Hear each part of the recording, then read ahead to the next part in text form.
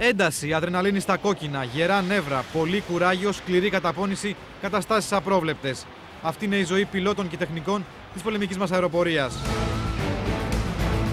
Το Σταρ ξαναβρέθηκε για μια μέρα κοντά τους. Αυτή τη φορά στη φωλιά των Ελλήνων φαντομάδων, στην Αδραβίδα. Εκεί που χτυπά η σιδερένια καρδιά των θρυλικών μαχητικών F4 Phantom. Αποστολή μας μια πτήση με ένα Phantom. Μια μικρή γεύση ακραίων καταστάσεων. Για το σώμα και το μυαλό. Φόντο, το απέραντο γαλάζιο του Ιωνίου.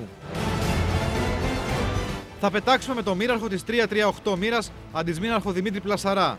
Από τα εμπειρότερα και καλύτερα χέρια στα Phantom. Ο αντίπαλος έχει έρθει σε θέση να μας κάνει πυροβόλα. Εμείς είμαστε αμενόμενοι και βάζοντας πολύ εξωτερικά το πόδι θα κάνουμε μια περιστροφή γύρω από αυτόν, να τον ξαφνιάσουμε και να περάσει μπροστά. Χαμηλή πτήση δίπλα από τις ακτές της Λευκάδας, Κεφαλονιάς και της Ζακίνθου. Και ξαφνικά από τα 300 πόδια τραβάμε σκληρά προς τα πάνω. 5G, 5 φορές το βάρος μας. Και ένα τεράστιο χέρι μας πιέζει βίαια κάτω. Η επιτάχυνση της βαρύτητας δεν αστιεύεται. 500 μίλια, βάζω και μπει και τραβάμε. Σπίξε λίγο.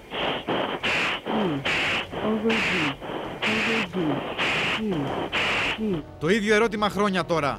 Πώς αντέχουν αυτοί οι άνθρωποι να συνθλίβονται από τη βαρύτητα με δυνάμεις 8, 9, ακόμα και 10G και ταυτόχρονα να στρίβουν το μαχητικό, να βλέπουν τα όργανα, να παρακολουθούν τον εχθρό και το ζευγάρι τους να μιλούν στον ασύρματο και να βγαίνουν και νικητές στην αερομαχία. Απίστευτο.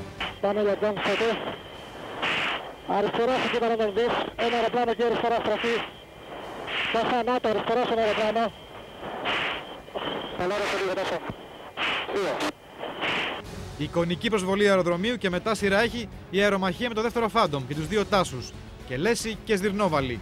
Δοκιμάζουμε τα όρια μας και βγαίνουμε για λίγο από αυτά. Θα αντέξουμε?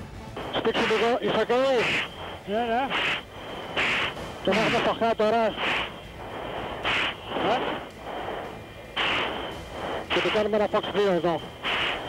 Συνεχίζει, αντέχεις? Οκ. Σπίτι κι άλλο.